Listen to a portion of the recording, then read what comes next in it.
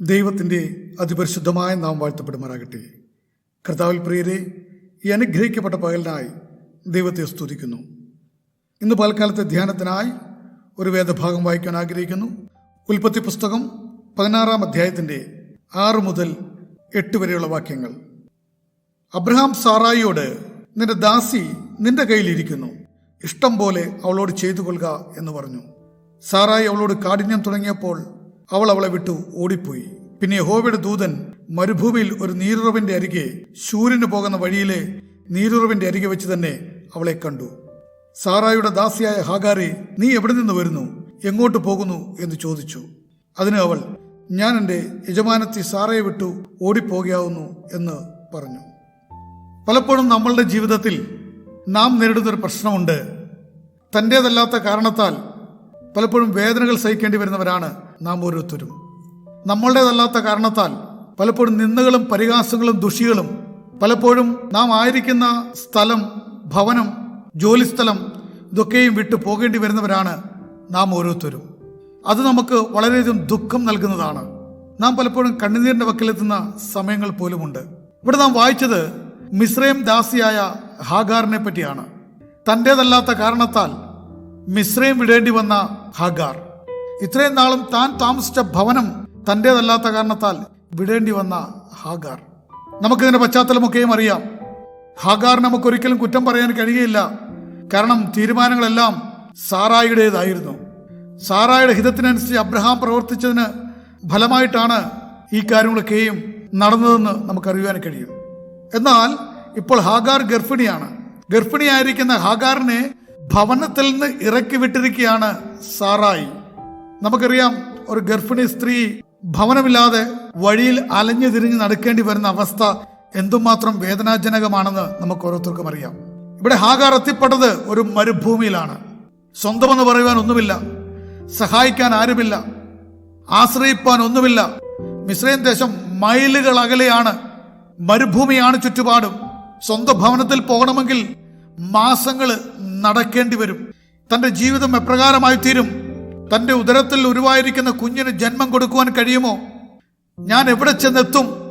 എന്റെ ജീവിതം എപ്രകാരമായി തീരും? എന്റെ ഭാവി എപ്രകാരമായി തീരും? എന്റെ കുഞ്ഞിന്റെ ഭാവി എപ്രകാരമായി തീരും എന്നുള്ള ചിന്തകളാൽ വലഞ്ഞിരിക്കുന്ന ഒരു സ്ത്രീയാണ് ഹാഗാർ. ആ ഹാഗാറിനോട് ദൈവത്തിന്റെ ദൂതൻ ചോദിക്കുന്ന 2 ചോദ്യങ്ങളുണ്ട്. അതിലൊരു ചോദ്യത്തിനെ ഹാഗാർ മറുപടി നൽകിയുള്ളൂ. ദൈവത്തിന്റെ ദൂതന്റെ പ്രകാരമാണ് ചോദിക്കുന്നത്, സാറായുടെ ദാസിയായ ഹാഗാരെ, നീ എവിടെ നിന്ന് വരുന്നു, എങ്ങോട്ട് പോകുന്നു? ഇന്ന് പലക്കാലം എന്നെ ശ്രവിക്കുന്ന വ്യക്തി ജീവിതങ്ങളോട് ഞാനും ചോദിക്കുന്ന ചോദ്യം ഇതാണ്, നീ എവിടെ നിന്ന് വരുന്നു, എങ്ങോട്ട് പോകുന്നു? ഹാഗാർ അതിന് ഒരു ഉത്തരമേ നൽകിയുള്ളൂ, ഞാൻ എൻ്റെ യജമാനത്തി സാറയെ വിട്ട് ഓടിപ്പോകുകയാകുന്നു.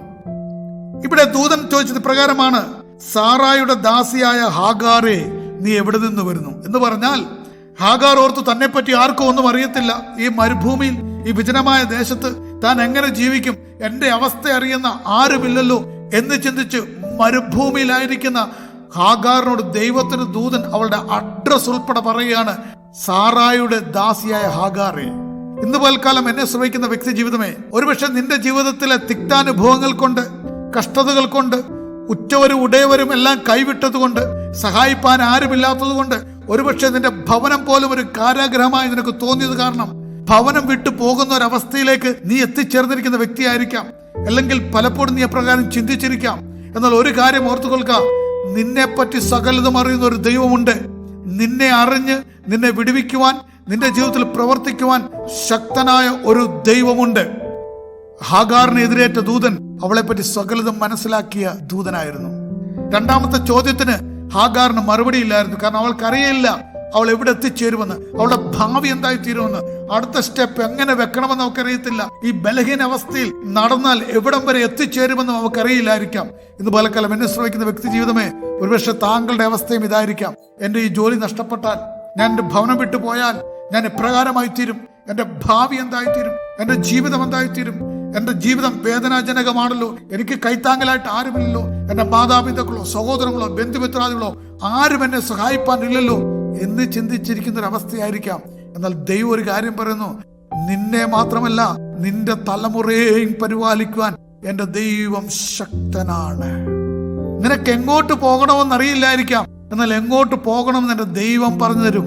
ഹാഗാറിനോട് ദൈവത്തിന്റെ ദൂതൻ പറയാണ്, നീ മടങ്ങി സാറായിക്ക് കീഴ്പ്പെട്ടിരിക്കുക. പ്രിയ സഹോദരങ്ങളെ, പലപ്പോഴും നമ്മുടെ ജീവിതത്തിൽ നമ്മളുടേതല്ലാത്ത കാരണത്താൽ പലരും നിന്ദിക്കുകയും പരിഹസിക്കുകയും ദുഷിക്കുകയും ചെയ്യുമ്പോൾ അല്പം മൗനമായിരിക്കുവാനാണ് ദൈവം പറയുന്നത്. മൗനമായി അവരുടെ ഇടയിൽ ദൈവത്തെ മഹത്വപ്പെടുത്തിക്കൊണ്ട് ദൈവത്തിന് വേണ്ടി ജീവിക്കണമെന്നാണ് ദൈവം ആഗ്രഹിക്കുന്നത്. കാരണം ദൈവത്തിന്റെ ഹിതം നിന്റെ ഉള്ളിൽ ഉരുവായിരിക്കുന്ന ശിശു അവരുടെ മധ്യത്തിൽ ജനിക്കണം, അവരുടെ മുമ്പാകെ ജീവിക്കണം എന്നുള്ളത് ദൈവഹിതമാണ്. നിന്നെ ആര് അടിച്ചമർത്തിയോ, ആര് ഇല്ലാതാക്കാൻ ശ്രമിച്ചോ, അവരുടെ മുമ്പാകെ നിന്നെ അനുഗ്രഹിക്കുവാൻ, നിന്റെ തലമുറയെ അനുഗ്രഹിക്കുവാൻ, നിന്നെ ദേശത്തുയർത്തുവാൻ എൻ്റെ ദൈവം ആഗ്രഹിക്കുന്നു. ഇന്ന് വാൽക്കാലം എന്നെ ശ്രമിക്കുന്ന വ്യക്തിഗതമേ, നീ എവിടെ നിന്ന് വരുന്നു, നീ എവിടേക്ക് പോകുന്നു? നമ്മളുടെ ജീവിതത്തിന്റെ അവസ്ഥ ഇന്ന് എപ്രകാരമാണ്? എന്താണ് നമ്മുടെ ഉള്ളിൽ ഉരുത്തിരിഞ്ഞിരിക്കുന്ന ചിന്ത? എൻ്റെ ദൈവം പറയുന്നു, നിന്റെ ഭാവിയെ ഞാൻ കണ്ടിരിക്കുന്നു. നിന്നെ മാത്രമല്ല, നിന്റെ തലമുറയെയും ഞാൻ അനുഗ്രഹിക്കാൻ ആഗ്രഹിക്കുന്നു. നീ താഴ്മയുള്ളവനായി ദൈവരങ്ങളിൽ നിന്നെ തന്നെ സമർപ്പിച്ച് ദൈവത്തെ ആരാധിച്ചു മുന്നേറുന്നെങ്കിൽ നിന്നെ മാത്രമല്ല, നിന്റെ തലമുറയെ ഈ ദേശത്ത് മാനിക്കുവാൻ, വർദ്ധിപ്പിക്കുവാൻ എൻ്റെ ദൈവത്തിന് കഴിയും. ആകയാൽ ആ ദൈവരങ്ങളിലേക്ക് നമ്മളെ തന്നെ താഴ്ത്തിയേൽപ്പിച്ചുകൊണ്ട് ഇന്ന് പൽക്കാലം നമുക്ക് പ്രാർത്ഥിക്കാം. ഈ വചനങ്ങളാൽ ദൈവം നമ്മളെല്ലാവരെയും അനുഗ്രഹിക്കുമാറാകട്ടെ. ക്രിസ്തുവിൽ നിങ്ങളുടെ സഹോദരൻ പാസ്റ്റർ ഷിബു ജോസഫ്, ബിലായ്.